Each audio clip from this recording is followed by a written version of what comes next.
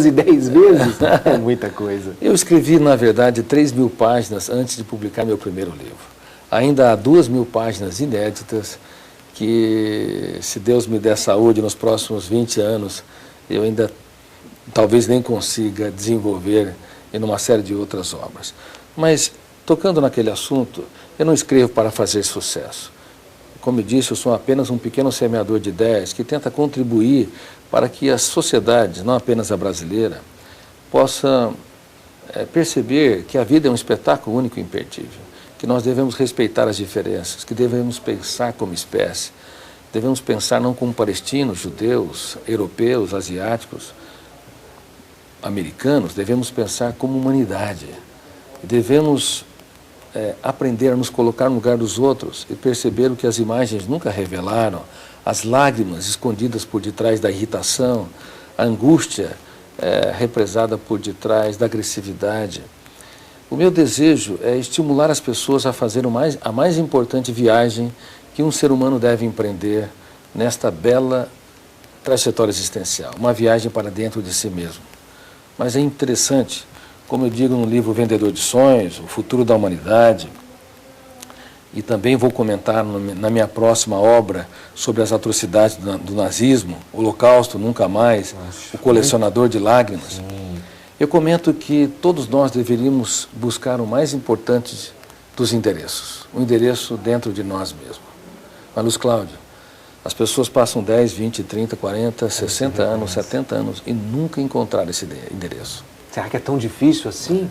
É necessário nós, em primeiro lugar, sairmos da condição de médicos, psiquiatras, jornalistas, empresários, trabalhadores e sermos o que nós sempre fomos, seres humanos e como tais imperfeitos, sujeitos a erros e que deveriam fazer de cada lágrima uma experiência única para desenvolver sabedoria, de cada erro uma experiência única para compreender as limitações da vida e torná-la um show imperdível. Muito bom. O senhor falou do vendedor de sonhos, né? Existe esse vendedor de sonhos? Porque é uma pessoa, né, que de repente sai falando e começa a ter os seus seguidores, né? O que o senhor pode falar a respeito desse livro? O protagonista do Vendedor de Sonhos, que também é chamado de Vendedor de Sonhos, ele representa um pouco da minha história, da maneira como eu vejo a vida, representa também a história de muitos pacientes e de muitas pessoas que foram mutiladas pela vida. A vida não é um caminho sem acidentes, nem um céu sem tempestades. Cedo ou tarde, nós somos abarcados por experiências traumáticas imprevisíveis, se não por sua causa, porque pessoas ou circunstâncias te colocaram, como um acidente de carro, por exemplo, um câncer, uma doença física.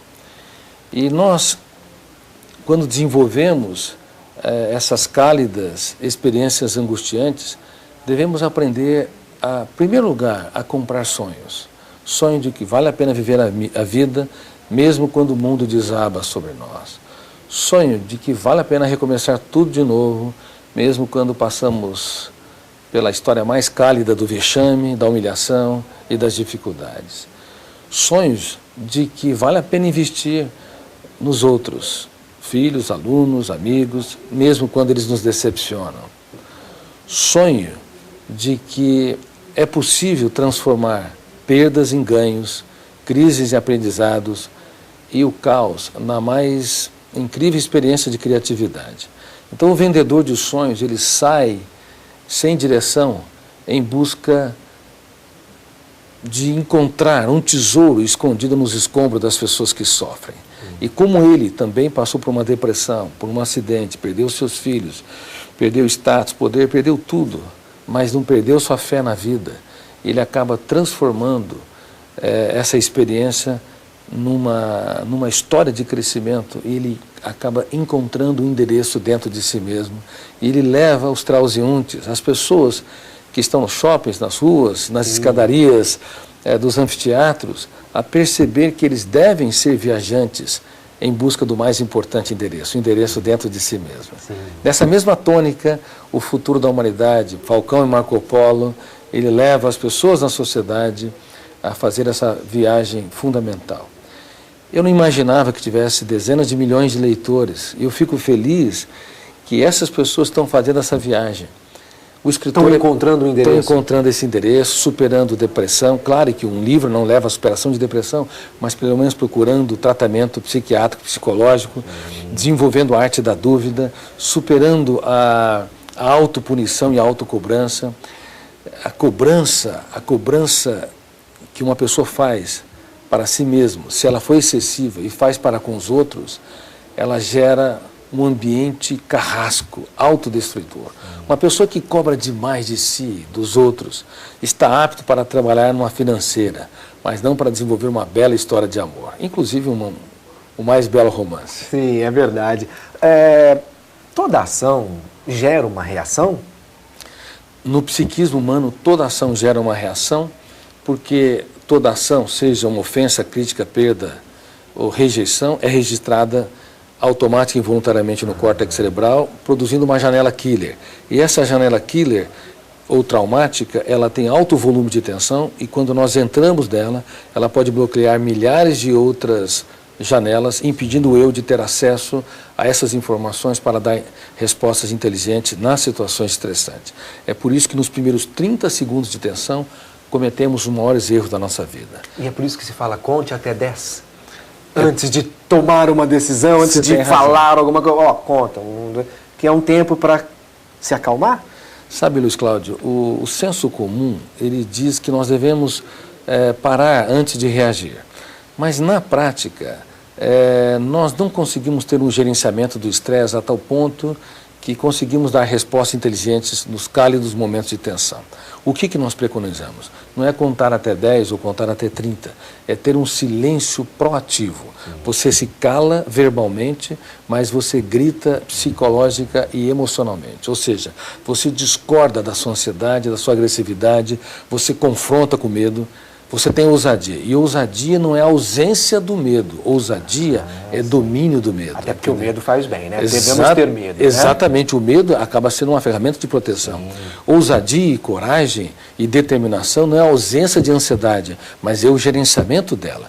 Então nós criticamos, discordamos, confrontamos no silêncio da mente, usando a arte da dúvida e da crítica, que são princípios da sabedoria na psicologia e filosofia, e assim o eu deixa de ser vítima, gerencia o seu estresse, sai das fronteiras de uma janela killer, encontra outras janelas no córtex cerebral e dá respostas generosas para quem ofendeu, dá respostas surpreendentes para um aluno que agrediu um professor e é capaz de encantar as pessoas mesmo em situações anacrônicas e incoerentes. Pode até terminar com aquela situação de momento, porque de repente tem muita gente que fala assim, não, eu gosto de pôr para fora, eu já falo na hora mesmo, não levo desaforo para casa, e de repente isso estica muito mais o problema.